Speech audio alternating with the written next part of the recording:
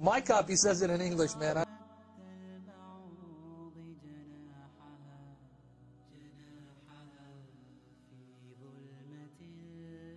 You got to understand that black Americans represent maybe the highest growth of Islam. They are converting to Islam in droves, but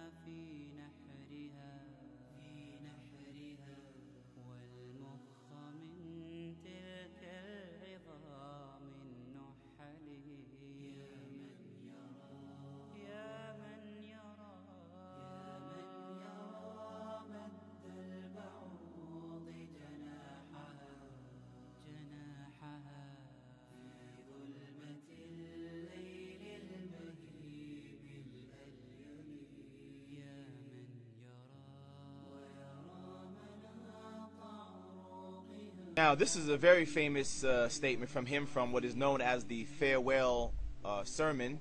This can be found in most of the hadith collections of Bukhari, Muslim, Ahmed, and various others.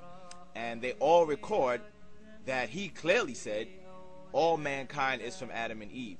And here he says an Arab has no superiority over a non-Arab, nor does a non-Arab have superiority over an Arab. Also, a white has no superiority over black, nor the black has any superiority over a white, except by piety and good action, which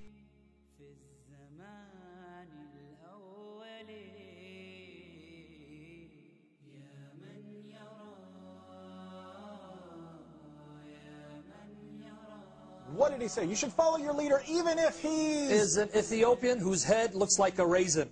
Or black Ethiopian whose head looks like a raisin. Now, obviously, this must be some horrible source that no Muslim trusts. What would be the source on that? Bukhari and Muslim. Sahih al-Bukhari, their most trusted collections? The two Sahihin, it's found in both narrations. Hold on, are you saying that in Islam's most trusted collections of ahadith, Muhammad calls black people raisin heads? Right.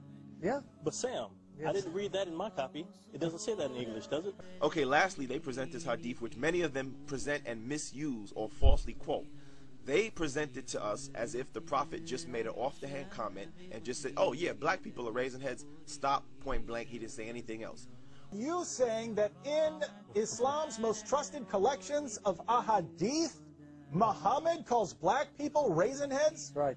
Why do you guys ignore what the hadith says? The hadith says, listen and obey. Listen and obey your chief, even if an Ethiopian whose head is like a raisin were made your chief. This is against racism.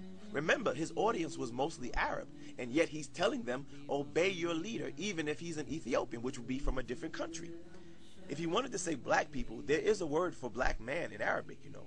It's Rajul Aswad, but he said Ethiopian. So this, how are you applying this to all black people? Number one, all black people don't come from Ethiopia, you know that, right? They knew that black people were from different parts of Africa, you know that, right? So how are you guys equating Ethiopian with all black people? We don't all, our ancestry all does not come from Ethiopia.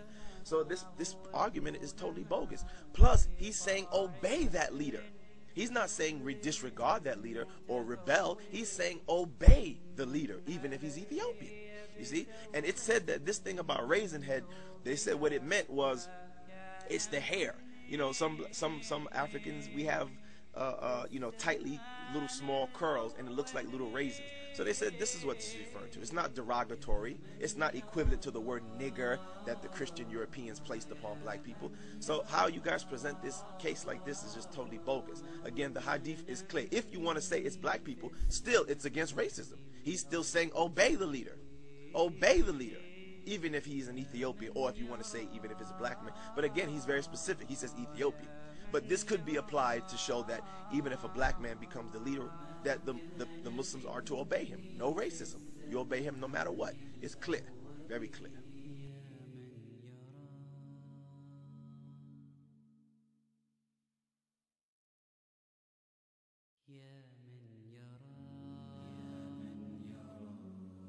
I was told there was no racism in Islam. I would contend that Islam is not a racist religion. It has never had the manifestations of racism that you find inherent in Western civilization. That's a fact. There's tribalism in the Muslim world, but I've never heard a Muslim ever say that a white man is superior to a black man or an Arab is superior to a non-Arab. We've never heard that. There might be attitudes that indicate that there's misconceptions, but nobody would articulate that because they know it's against a fundamental principle of Islam.